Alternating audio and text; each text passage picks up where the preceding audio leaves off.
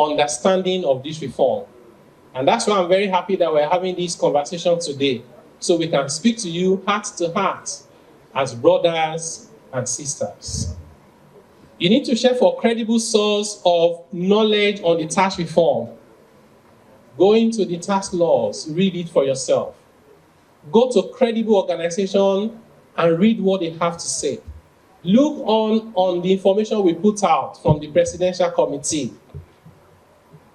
Number 2, beware of the danger of misinformation. Watch out for fear-mongers. When you see them selling fear and panic, chances are that 99.9% it is misinformation.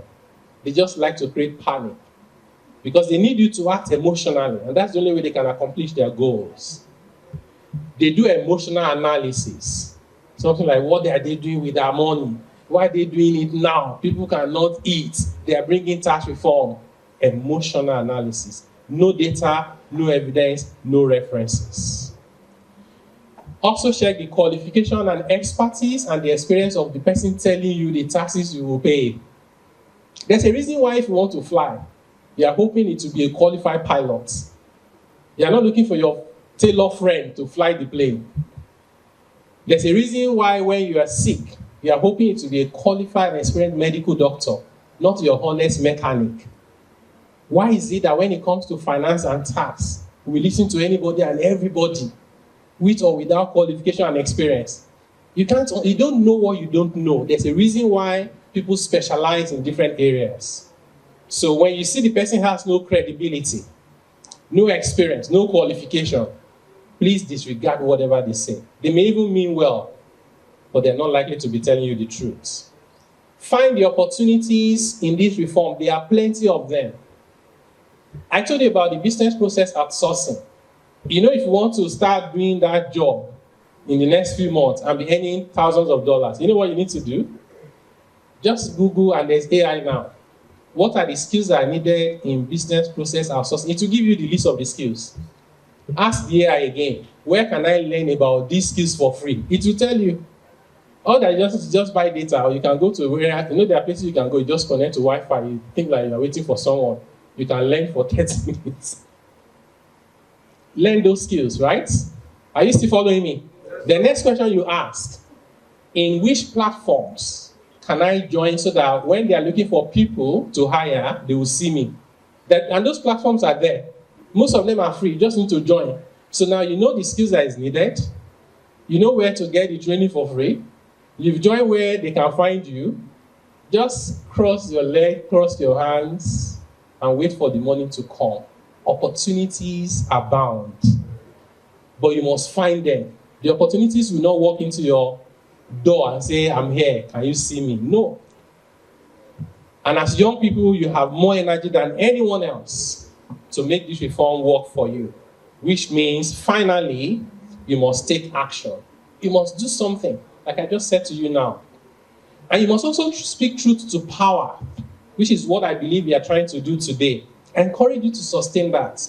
But when you are speaking truth to power, it carries no weight if it's not based on knowledge. If you are just throwing numbers around, the person you are trying to hold to account knows that you are confused. Why should they waste their time? So when you are diligent with your analysis, power pays attention.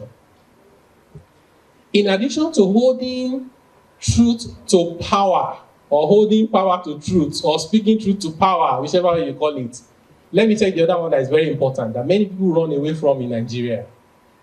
It is speaking truth to the people.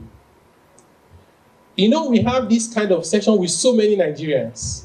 They leave the room convinced that this reform is the best thing to happen to Nigeria. In fact, there was a Nigerian who spent 15 million of his personal money, 15 million naira.